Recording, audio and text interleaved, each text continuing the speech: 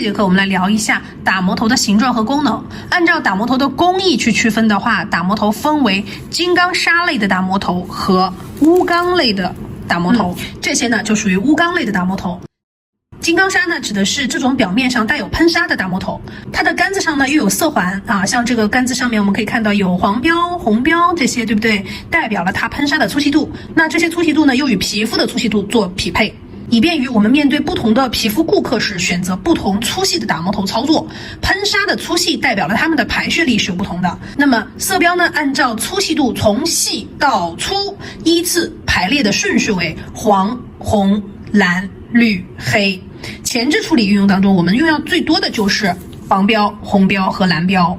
那么黄标针对的是薄皮，红标针对的是常规皮，蓝标针对的是粗一点的皮肤或者是有韧性的死皮。那么绿标和黑标呢，通常使用在其他的方面，例如说我们用到的这个绿标的溢胶打磨头，看到了吗？这个绿标的溢胶打磨头和黑标的苯甲刻磨头都是根据需要的排血力进行特别的定制。好，接下来我们来讲一下钨钢打磨头。那么钨钢打磨头主要是运用在这个细甲头当中，因为它的材料是钨钢，所以叫它钨钢打磨头。那么钨钢大家都知道它的硬度是非常高的，可以到这个度娘上、百度上面去搜一下，特别是 YG6X 的高硬度钨钢，咱们的大师版细甲头就是这个级别的材质。它的特点是硬度比较高，耐磨性好，使用寿命久，只有在一些高端的钻头上才能看到它。但是它硬度高还伴随的一个特点就是韧性差，就是不耐摔，不小心摔到地上有可能会断。因此呢，对打磨机的同心度要求比较高。打磨机评判品质的第一要位就是同心度，不建议使用同心度差的打磨机。那么同心度是评价打磨机好坏的一个重要参数。要做到好的同心度，用料和工艺成本都会比较高，所以建议打磨机尽量不要选太便宜的。当然，质量好坏呢，也不能通过价格一概而论。有时候好的机芯出现以下情况呢，也会影响同心度。第一个，比如说机芯进水，那么导致机芯生锈。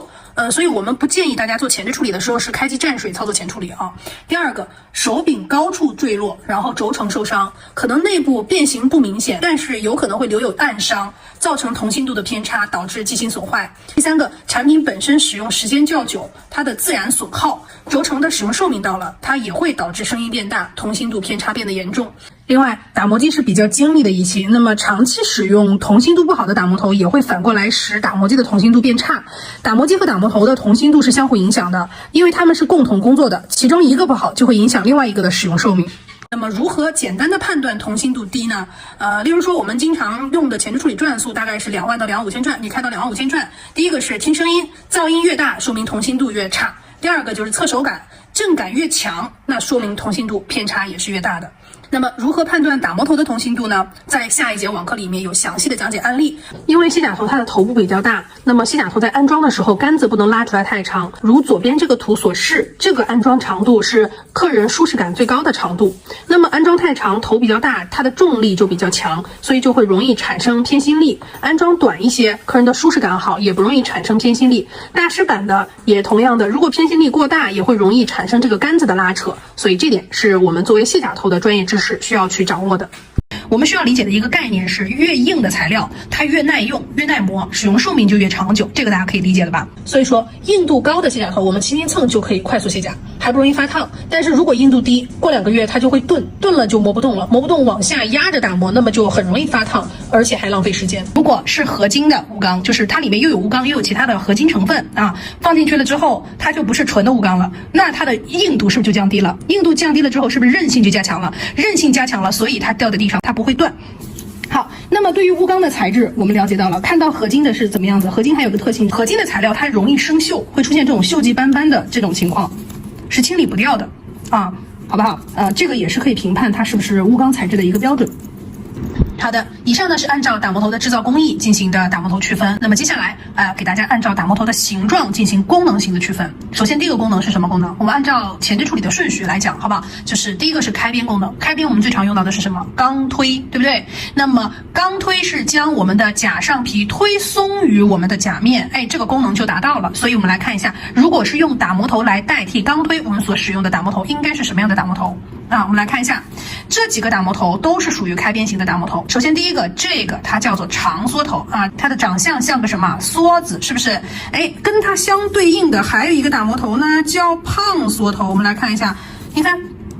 缩头长什么样子？胖缩头长这样。哎，它们两个的区别就是一个是长细细的，另外一个呢是有一定的肚子的体积的，对不对？这个粉的就是一个胖缩头啊，这个粉的就是一个胖缩头，好吧？第二个这个叫做圆尖头，就是它的头顶是圆圆的，看到了没有？但是它细细长长。圆尖头它也有一个姐妹啊，圆尖头有两种，圆尖头你会看到有偏粗的啊，也有偏细的，这两个比我们就明显能看得出来，哎，左边的粉色的它相对来说头更圆一点，体积会比蓝标要大一点。那么左边的这个圆尖头它就不适合开边了，为什么？它没有那么尖了啊，尖度不够，没有办法溜着我们的夹缝，就是甲上皮与甲面的夹缝，哎，把它推起。所以说偏细的打磨头更适合进行开边啊，这是它们叫做圆尖头。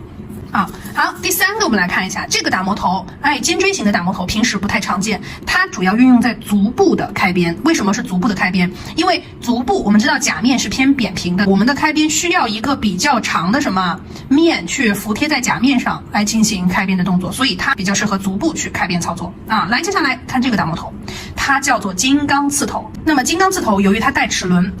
轮的打磨头呢，它比较适合运用在这个材料相对来说是比较硬的。那我们做前置处理上面什么地方比较硬？是不是带老茧？有老茧的地方我们才会使用带齿轮的打磨头。那么跟它比较相似的运用在皮肤上的有另外一个打磨头，就是它啊，右边的这个就是专门的硬茧打磨头。两边的区别在于什么？就是左边的金刚刺头适合是拉甲沟，甲沟拉完就是带硬茧的那种死皮板，甲沟拉完了之后直接去打两边的硬茧。而右边的这个呢是比较适合两侧的硬茧，或者是指心处够不着的硬茧，用右边的旋风硬茧打磨头。那么通常情况下它们匹配的这个打磨头也不一样，所以如果说进行搭配的话，俄式的打磨头经常用到的是缩形头，那么缩形头类的打磨头我们比较习惯搭配这个去使用。那么平头它所搭配到的这个打磨硬茧的话比较适合用这种，所以它是跟打磨头进行功能匹配的啊。那么开边头当中，刚刚你说了，那开边我们不是要用尖的打磨头吗？那为什么还会有平的打磨头呢？在日式和新中式当中啊，我们在去推死皮的时候会用到平头进行死皮直接的剥离。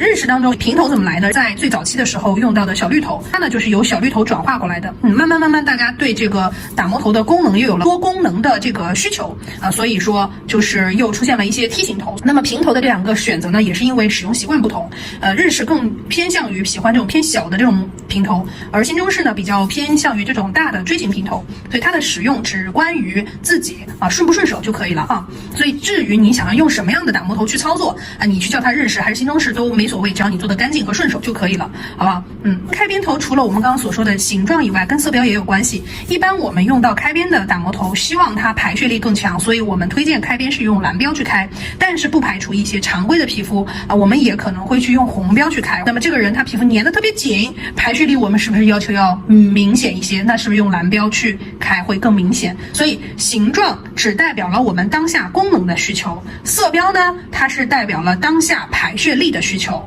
能不能理解？好，那么作为开边打磨头啊，还有一种打磨头，我有见到过有些网友会用这个开边。那么我来跟大家说一下这两个区别是什么？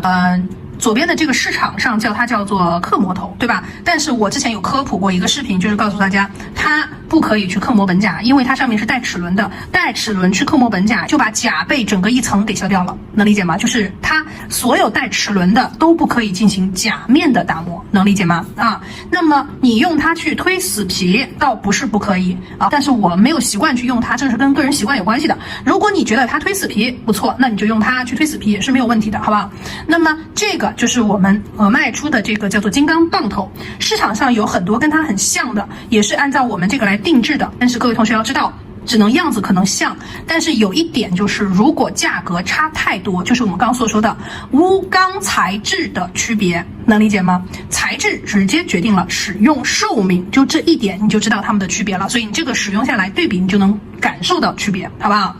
这是这两个的区别。但是记住了，不可以刻磨本甲，好不好？啊，关于开边的这一趴我们就讲到这里。好的，那我们的第二趴讲到是口袋内部的打磨头。口袋内部打磨呢，其实有分前后，什么前什么后，是剪刀之前和剪刀之后。那么如果这个人的死皮相对来说比较粗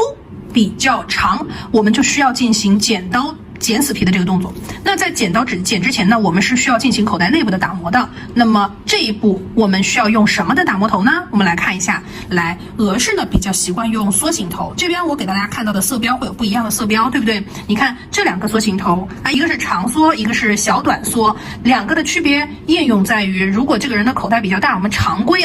一般情况用的都是这种长的这个缩头。那么色标也是跟我们刚刚说的是一样的，如果这个人的是常规皮肤，我们就用红标啊，相对来说皮肤比较薄敏感的，我们用黄标，对不对？体积的大小呢是区别于这个人的口袋大小，这个人的口袋特别小，你用这个比较长的，可能相对来说摆放也好，就是打磨的角度也好，没有那么顺畅，就很容易打到甲面的左右两边拐点。那么有时候我们会用一些偏小的型号进行打磨，对不对啊？这是偏俄式的操作。右边两种又跟大家说了，有的人喜欢平头，有的人喜欢用缩形头。那么一样的那像这两个打磨头是我们在前面已经看到过了，偏平的打磨头。那这个是我们前面看到的那个平头的开边头，然后来看这个型号会比它更小。那么这个短一点的小平头，它就更适合于习惯日式操作，还是之前说的日式传过来的这个小平头的操作，他很喜欢这种精细的细节操作，就是特别犄角旮旯的那个拐点的位置进行打磨的话，喜欢平头的人就非常喜欢这种特别小的去进行操作。那么新中式的话，给大家看到这个粉标的和刚刚这个蓝标的也是一样的，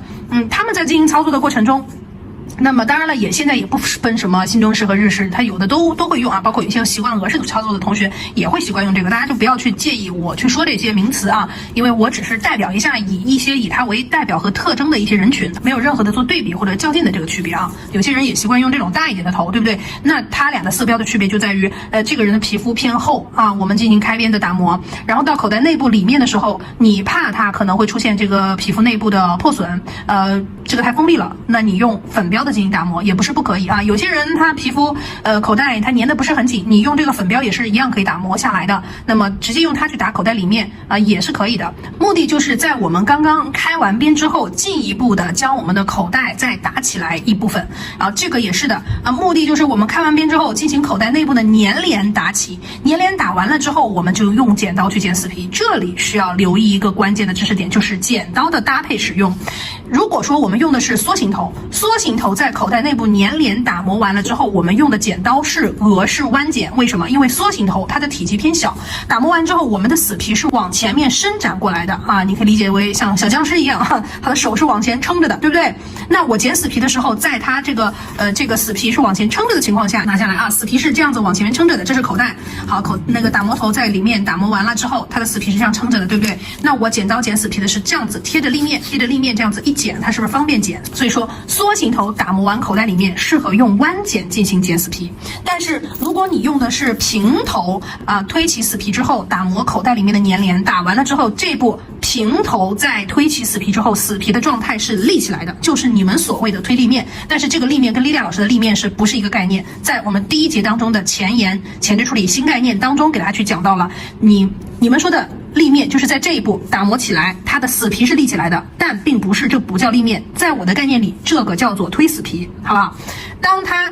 推起来了之后，死皮是立起来的，这个时候立起来的角度更加适合谁？日式的斜口钳，也就是你们所说的死皮剪，但是你们所说的死皮剪在我这边叫做斜口钳，而俄式的弯剪叫做弯剪，日式的死皮剪叫做斜口钳，好不好？适合于用平头做完之后的剪刀剪裁。这里是讲到了口袋内部的打磨头以及它的一些相关功能啊，这一趴。在上一节的前置处理的新概念当中，我们有讲到，你们所说的立面跟我说的立面不一样啊。莉莉亚老师的俄式立面指的是我们的立面推起来之后，基本上不会趴下来的。那么它指的是口袋立起来的角度。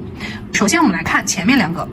这个打磨头我们前面有讲过，它叫做胖缩头，有人也叫它叫圆缩头，对不对？那么它们的区别在于哪里？它跟长缩头的区别还记得吗？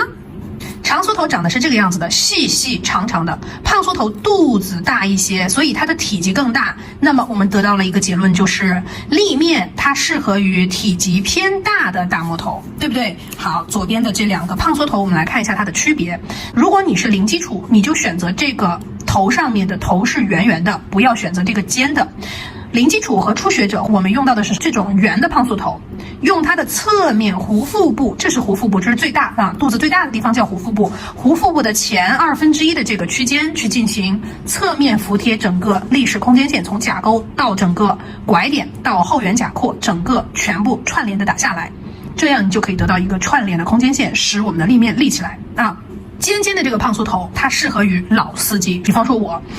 你们在网课里面也会能够看到老司机的操作，例如说这个死皮，它长得不紧，它的甲上皮跟甲面的粘连是很松的啊，然后整个口袋里面相对来说，皮肤也相对来说粗的啊，我直接用蓝标的这个尖形的胖酥头，直接给它连开边带口袋内部打磨，带整个立面的打磨，全部做到了。再用一个圆形头去打到刀口就结束了，能理解吗？所以说这两个打磨头的区别在于，尖形的胖酥头属于一个多功能的打磨头，而圆顶的胖酥头比较适合零基础基础薄弱的同学不太会控肩，所以它不容易造成皮损。但是如果你用尖的你不会控肩，你用它的话就很容易由于这个尖过尖，造成你左右两边拐点出现点状破损，所以这是在应用当中选择打磨头的区别。好，接下来我们来再看这两个，这两个同样是圆形头。圆形头它除了打刀口以外，它还可以打立面，让立面，圆形头是立面当中最立的，就是可以让立面变得非常立的。我给大家看这张图，这个图在上一节课也出现过，它就是用圆形头整个全部打起来的，用圆形头整个把它立面全部打磨并且抛光。但是有一点需要注意的是它的大小，如果这个人他的口袋相对来说比较小，你用这个大一点的4毫米的或者是5毫米的圆形头去打它的立面的时候就有点难打。如果说它的甲背又比较高那你就用这个圆头就不好打了，比较适合小一点的圆头，2.5左右的、2.6左右的小圆头进行打磨。那么这个打磨头呢，就比较适合于什么大面积的这个皮肤上下有毛刺的，大面积配合前置处理液一起整个过掉它，或者是刀口打磨也是可以的，好不好？那么接下来就是棒形头，棒形头的色标也给大家准备了3种黄标、红标、蓝标。但是俄麦的打磨头，大家看到都是马卡龙色系的，对不对？钻石镀层的色系是偏冷色调的，所以我们给大家做的马卡龙的色系，给大家去定制的这个颜色会好看。在普通的色标当中，它就代表了红、黄、蓝，好不好？这个是粉的就是红的，黄的就是黄的，蓝的就是蓝的，好不好？大家知道一下。那么棒形头我们所使用的受力点跟我们的小圆头受力点是一样的，它可以理解为由一个圆形头和一个棒子进行组成的，它们的受力点在这个圆和棒子的交接处是在这个位置的，所以你在使用受力的时候不要用错了。记不记得第一节课有给大家讲过一个要点，就是任何一个打磨头我们都不能用尖着力，你用尖着力了之后，是不是它的侧面去接触甲面，那它就容易出坑了，能理解吗？所以基本上所有的打磨头借力都是做在侧面的，侧面着力不容易出现甲面出坑，也容易让你受力均匀然后接下来就是谁就是这个锥形头，这个尖锥头它跟我们前面这个尖锥头有什么区别呢？这个尖锥头更细更尖，对不对？这个适合足部开边这个呢里面的这个呢大的，它就适合我们足部口袋内部的打磨同样的，你如果用侧面着力，你的力是均匀的，用顶部着力，力不太均匀，好不好？好，这是我们刚刚所说到的立面打磨功能的这一类打磨头的特点，它的特点就是有一定的体积。好的，现在这一趴呢，我们来讲一下犄角旮旯细节的功能处理。这一类的打磨头它有什么样的特点市场上偏小的打磨头都是比较适合于细节处理，还有例如像这个打磨头也是细节处理包括我们前面看到的这个绿标的倒梯形头，对不对？我们叫它叫小半径的一胶打磨头，它都是属于特别定制的细节处理。怎么理解例如说我们刚刚说的这个小的梭形头，它是非常适合细节处的夹层皮打磨，特别是顽固的打磨。这里要讲的一个技术是，夹层皮这类的死皮，它是不可能用打磨头磨下来的。那你说老师你不是白说吗？夹层皮这类的打磨头一定是先剪短。如果你遇到的这个夹层皮它是长的，你的第一件事情是想办法先把这个夹层皮剪短，剪短了之后，再用这个迷你的蓝标高排序列的打磨头去磨那个夹缝处，单独这一步做一个处理，你会发现你的夹缝处的夹层皮长出来的就比你平时做的前置处理要慢，它就没有那么快就先长出来了然后第二个来看这个小圆头蓝标的小圆头，同样它的排血力比较强，它也是比较适合口袋相对来说比较小，用大的圆头你够不着它的立面的时候那你用小的圆头给它进行立面的打磨，或者说是比较高的立面但是墙根处够不着的地方，也可以用这个小的圆头进行墙根处的打扫。然后还有一个就是圆尖头，这个圆尖头它就非常适合小口袋，直接我们开完边，钢推开完边之后，直接对着口袋内部抡一圈结束了，甲上皮剪掉，刀口磨掉就结束了。我给你们录的有案例，你们可以去看一下对于小口袋，我们没有必要从头到尾用以上我们所说的对于常规口袋的打磨，它1-2个就结束了，好吧？就是快速操作好，然后还有飞碟打磨头，这个小飞碟它是用来打磨小指甲的。那你说老师可不可以用这个打磨头去磨？可以，也是可以的。区别在于这个打磨头，如果你去打磨小指甲，磨完了之后你要换转向的，而如果你用飞碟打磨头去磨小指甲，不需要换转向，更节省时间。它用到的是飞碟的正面的外圈，是正面的外圈和这个反面的外圈，能理解吗？反面的外圈，而不是用它这个切割的棱，是不可以用切割的棱的啊！记住，刻磨甲面也好，打磨一胶也好，或者是打磨小指甲也好，就这种沟沟缝缝处的打磨，我们全部用的是刚开机通电情况下的4000到5000转，就是04和05。因为什么？就像刻磨，我们用打磨机刻磨，转速非常低的情况下去模拟错调单向单次的一个操作技法，而并不是说我开高速，我开高速了之后，我能磨一下，是不是它打磨头就旋转了很多次了？是不是？那你这块是不是就磨平了，就划痕就磨没了嘛？那么它和它在操作的过程中都是要04到05这样子低的转速，超低的转速进行打磨啊。好，接下来我们来看一下这个黄标。离心的黄标比较适合于口袋内部，小的口袋内部的抛光啊。如果你前面内部已经打磨完了，但是还有一些很柔的这个小碎屑，你就可以用这个头去进行抛光。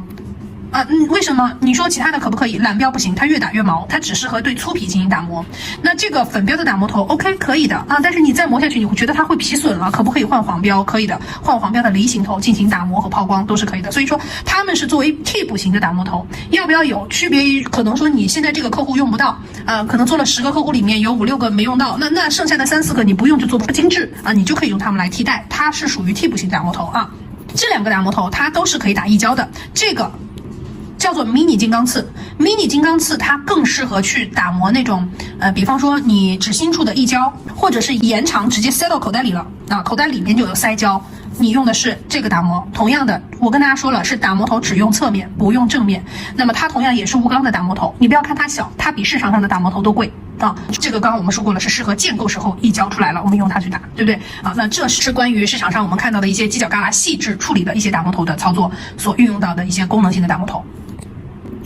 好，接下来我们现在这一趴来讲一下刀口打磨，这些全部都是可以运用在刀口上面的打磨的打磨头啊。金刚砂打磨头，首先映入眼帘的就是这3只黄标、红标和蓝标的3只金刚砂的棒形头。我们前面有说过了，刀口的打磨，刀口剪完死皮之后，这块皮肤是不是相对敏感了？所以这时候我们用到的打磨头，通常情况下是以黄标和红标为主，皮肤偏薄的我们就要用黄标，常规适中的我们用红标啊，皮肤本身一开始就比较厚的啊，我们就用蓝标，但是多数情况下是这2个为主。这个时候我们需要去注意的就是，如果你在刀口打磨的过程中转速过低，你会发现你磨不掉。我们前面之前有跟大家去讲过，我们一般情况下用到的是2万到2万5，新的学员或者是小白刚开始学习害怕的情况下，你不能低于15000转，在低于15000转你会发现磨不掉，反复磨下压式打磨就会造成皮损了。所以我们在操作前置处理的时候不可以下压式打磨，从头到尾使用的力都是轻轻蹭着的力，所以一定要求是转速高，转速低你会发现磨不掉，你着急对一个地方打3下它不动，那块死皮不动，你就会着急往下压，下压式打磨必定发烫，发烫之后再磨2、3下就会出现疼痛和出血啊。所以说金刚砂在这部刀口打磨选择的时候非常重要，一个是转速，一个是色标的选择非常重要。重要在哪里？如果这个时候我害怕它把它磨破，我用黄标吧，黄标它温和应该不会磨破，但是这个人的死皮偏偏有一点点的那种小韧性，你用的是黄标，结果你就会发现磨不掉，你往下压，下压式打磨，多次打磨就会出现皮损。所以打不掉的时候怎么办？第一个看你的转速是不是太低了，第二个你的色标有没有选对。不清楚的情况下，先用前置处理液做加持，磨2、3下不掉还不掉 ，OK， 那你再去换色标，能理解吗？这是我们的顺序。那么刚刚说到了小圆头或者是大圆头，这2个也都是可以磨刀口的，也可以同时他们都可以打立面啊，小的打立面，大的磨刀口和更大面积的打磨。那么这3个大家在网上也经常有见到过啊，这3个我们没有做大师版，做的是常规版。那么面积越大，它更适合大面积的打磨。金刚砂大面积的打磨，例如手指两边有非常多的碎皮，整个第1指关节，你都可以用这种面积偏大的打磨头进行打磨。当然它也可以磨刀口，只不过在磨刀口的时候需要有一定的注意力啊，注意力要集中，要提起口袋。你不提起口袋它是往下趴的，那么那个刀口它就不容易被我们的打磨头侧面去碰到它，碰不到它就容易要么出坑，要么就是什么磨到我们的甲廓上方，对甲廓上方造成了皮损，能理解吗？这几个都可以磨刀口，但是常用的是会在这边几个，这3个在运用的过程中是打刀口是有一定的技巧，但是打第1指关节它们用起来也是相对来说比较快的啊。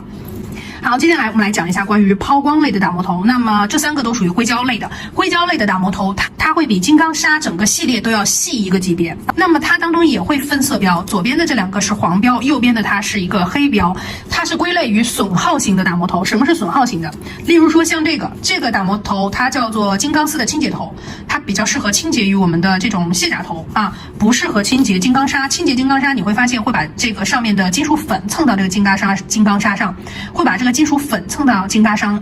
刚砂上，不容易清洁掉啊。所以说我们后面的打磨头的清洁和消毒给大家录制了非常详细的清洁教程，你们可以去看啊。它在去做这类卸甲头的清洁的当中，可能会导致它本身这个头越磨越短，所以它属于损耗型的。那么你们来看我左边的这个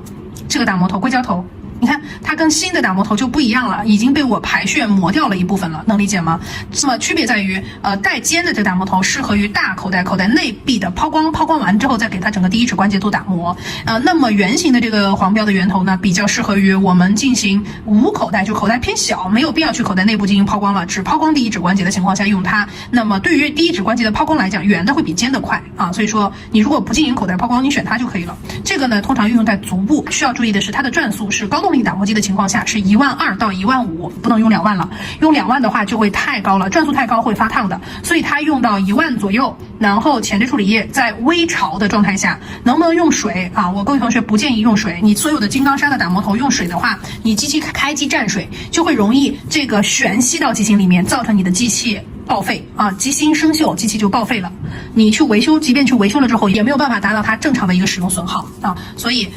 硅胶类的打磨头适合于我们整个第一指关节在金刚砂已经打磨相对干净的情况下再去用它，给它整个第一指关节进行润色的抛光。就像是你买了一个预雕琢的一些艺术品，那么这个艺术品纹路都已经完全雕琢完了，个细节都做得非常好的情况下，最后它再进行了一次抛光，那么让它由雾面变成了一个亮面的一个过程。所以它就相当于做的是这一部分的工作。那么它就要求你前面的金刚砂已经把大部分的皮屑和看得见的皮屑全部都磨掉了。OK， 还有一个相似类的打磨头就是这个溢胶打磨头。那么右边的这个倒梯形头啊，我们也叫它叫做小半径溢胶打磨头。你有没有看到这2个都属于大半径的，或者是大直径的，是它的上面的直径导致了底下的这个倒角是偏小的，这个非常重要。如果你用的是这2种大直径大半径的，它的倒角相对来说比较深，你再去进行甲沟溢胶打磨的时候，就很容易不自觉的往下插啊，往甲沟处插就直接切割甲沟，直接出现伤口。所以一定要用小半径，倒角很小，即便你再往下，它也不容易出现切割式的伤口，理解吗？这是我们对于形状和功能的应用的了解。